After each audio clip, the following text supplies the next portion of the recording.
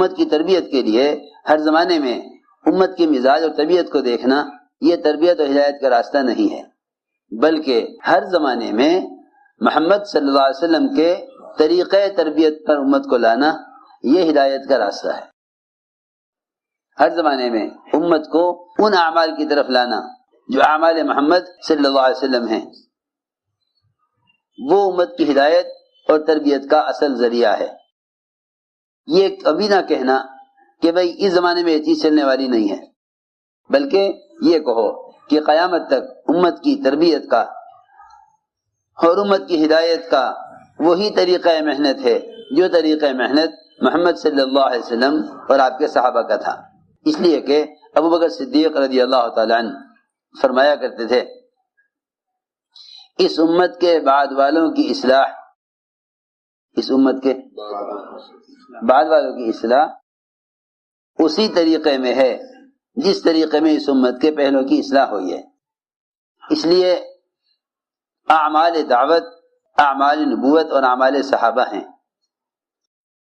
یہ اس پر ہر کام کرنے والے کو پورا یقین ہونا چاہیے، کیونکہ اس کام کو ہلکا سمجھ لیا جائے گا جس کام کو اس زمانے کے اعتبار سے سمجھا جائے۔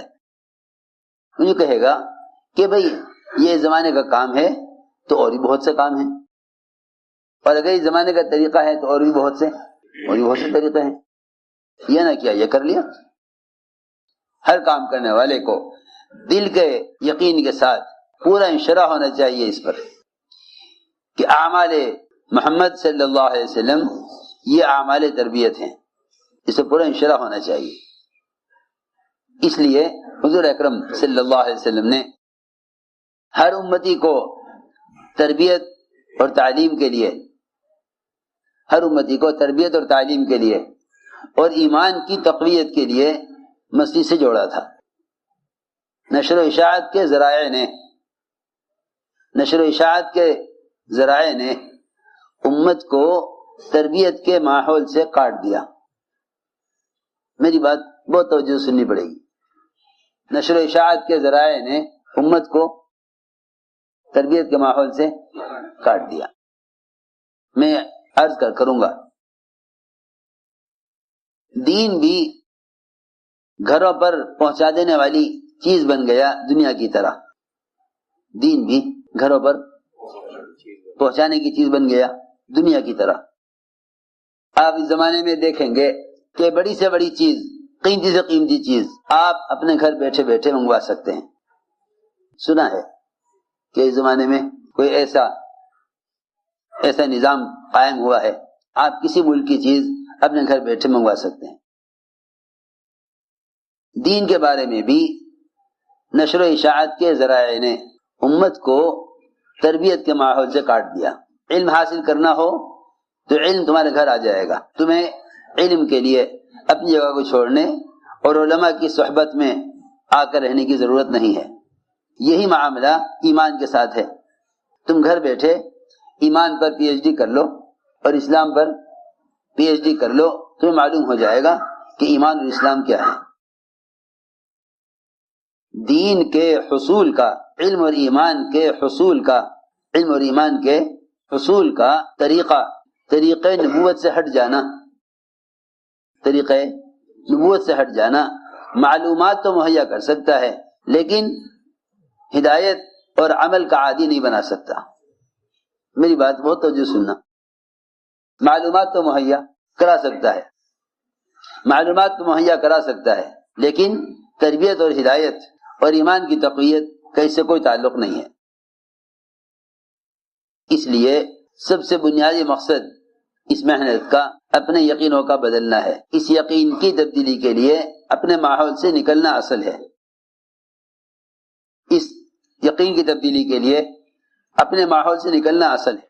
سب سے پہلے گشت کے موضوع کو سمجھنا چاہیے۔ کہ گشت کا موضوع کیا ہے۔ صحابہ گشت مسجد سے باہر کیوں کرتے تھے؟ گشت کا موضوع کیا ہے؟ گشت کا موضوع یہ ہے کہ مسجد سے باہر جتنی بھی مادی شکلیں پھیلی ہوئی ہیں، ان تمام شکلوں سے ایک ایک مسلمان کو دعوت دے کر مادی شکلوں کے ماحول سے نکالو. ان تمام مادی شکلوں کے مقابلے میں اللہ رب العزت کی قدرت سے براہ راست فائدے حاصل کرنے والے اعمال کا یقین سکھلانے کے لیے. یہ بات ہے. جتنے بھی لوگ مادی شکلوں میں بکھرے ہوئے ہیں، گشت کے ذریعے ان کو مادی شکلوں سے نکالو ایمان کے حلقوں میں جوڑنے کے لیے، تاکہ ان کے دلوں سے مادی شکلوں کا یقین نکلے. گشت دین کی بات پہنچانے کے لیے نہیں ہے، گشت دین کی بات صرف پہنچانے کے لیے نہیں ہے، بلکہ گشت اس لیے ہے کہ تم جن مادی شکلوں میں وقت گزار رہے ہو، ان مادی شکلوں سے نکل کر مسجد کے ماحول میں آؤ، اور یہاں آ کر اللہ کے وعدوں کو اور دین پر اللہ تعالی کی طرف سے احکام پر جو وعدے ہیں، ان وعدوں کو یقین کے ساتھ سنو. اس یقین کو لے کر مادی شکلوں میں جاؤ، مادی شکلوں میں جاؤ، تاکہ تمہیں تمہاری مادی شکلیں اور تمہارے اسباب وہ تمہیں حکم سے نہ روک سکیں. ہمارے گشت کا اصل موضوع ہے یہ کہ ہر امتی کو ایمان سیکھنے کے عنوان پر مسجد کے ماحول میں دعوت دے کر لایا جائے. یہ ہمارے گشت کا موضوع ہے. یہ گشت کا موضوع ہے کہ ہر ایمان والے کو ایمان سیکھنے کی عنوان پر مسجد کے ماحول میں لایا جائے. یہ ہمارے گشت کا موضوع ہے، کیونکہ اس کام کا سب سے بنیادی مقصد یقین کی تبدیلی ہے، جس کا مسنون طریقہ یہی ہے. لوگ اصل میں اشکال اس لیے کرتے ہیں کہ بجائے صحابہ کی سیرت کو دیکھنے کے اپنے وقتی تجربات کو دیکھتے ہیں. بھئی ہم نے یوں کیا تو کیا ہوا.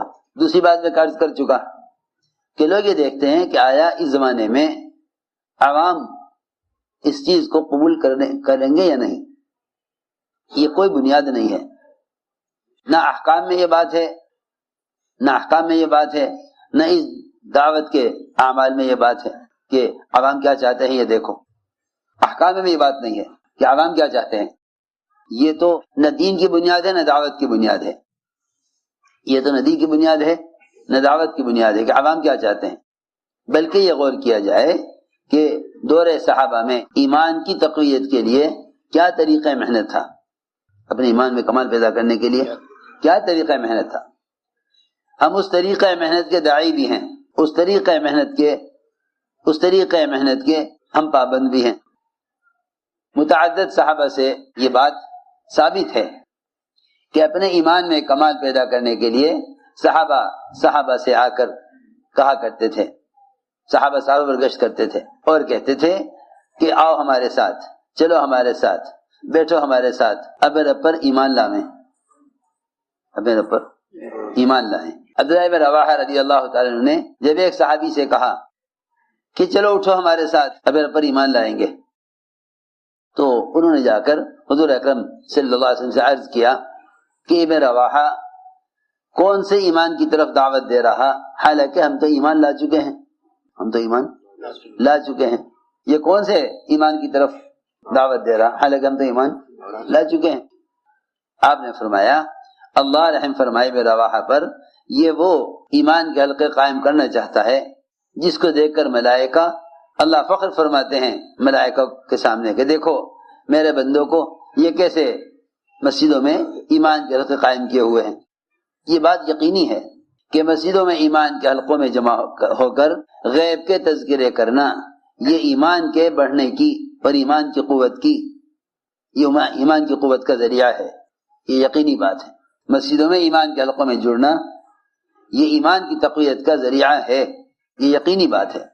میں شروع سے کہہ رہا کہ کسی بھی زمانے میں یہ مت کہو بھئی یہ اس زمانے کا طریقہ ہے، بلکہ صحابہ کرام نے جو کچھ کیا ہے وہ قیامت تک آنے والے ہر زمانے کے لیے کیا ہے. صحابہ کا عمل اپنے زمانے کے لیے نہیں ہے، صحابہ کا عمل اپنے زمانے کے لیے نہیں بلکہ ہر زمانے کے لیے ہے، ہر زمانے کے لیے ہے.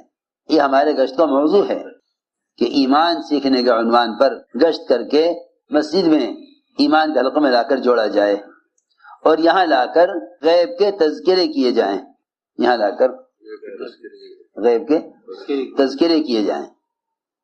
کیونکہ حضور اکرم صلی اللہ علیہ وسلم کا طریقہ تربیت یہی تھا.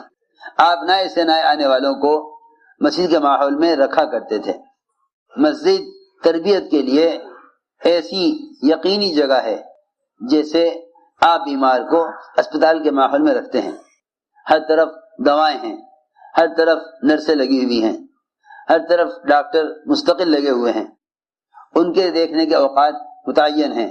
بالکل میں حل کی بات نقل کر رہا، فرماتے تھے اس طرح مسلسل مسجد کے ماحول میں ملائکہ مسجد میں جمع ہونے والوں کو مسلسل اپنے پروں سے گھیرے رکھیں گے، اپنے پروں سے گھیرے رکھیں گے.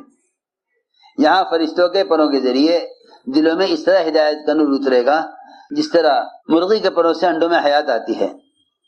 یہ اسپتال کے ماحول میں رہ کر آدمی کی نگرانی ہوتی ہے. میں یہ بات اس لیے دہرا رہا کہ سنتا رہتا ہوں ادھر ادھر سے خطوط اور باتیں کہ یہ کوئی تبلیغ کا کوئی مخصوص طریقہ نہیں ہے.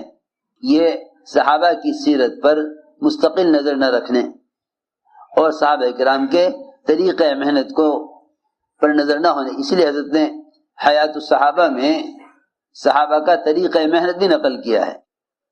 ایسا فرماتے تھے کہ جتنی باہر مسجد سے باہر کی مادی شکلیں ہیں ان میں سے دعوت دے کر نکالو اور مسجد کے ماحول میں لا کر اللہ کے گھر میں اللہ کا تعارف کرواؤ، اللہ کے گھر میں اللہ کا تعارف کرواؤ. دلوں کو بدلنے اور دلوں کو خیر کی طرف پلٹنے کا جو اصل تعلق ہے وہ ہمارے مسجد سے ہے. ضد سے ضدی کافر، ضد سے ضدی کافر وہ اس ماحول میں آ کر اسلام قبول کر لیا کرتا تھا.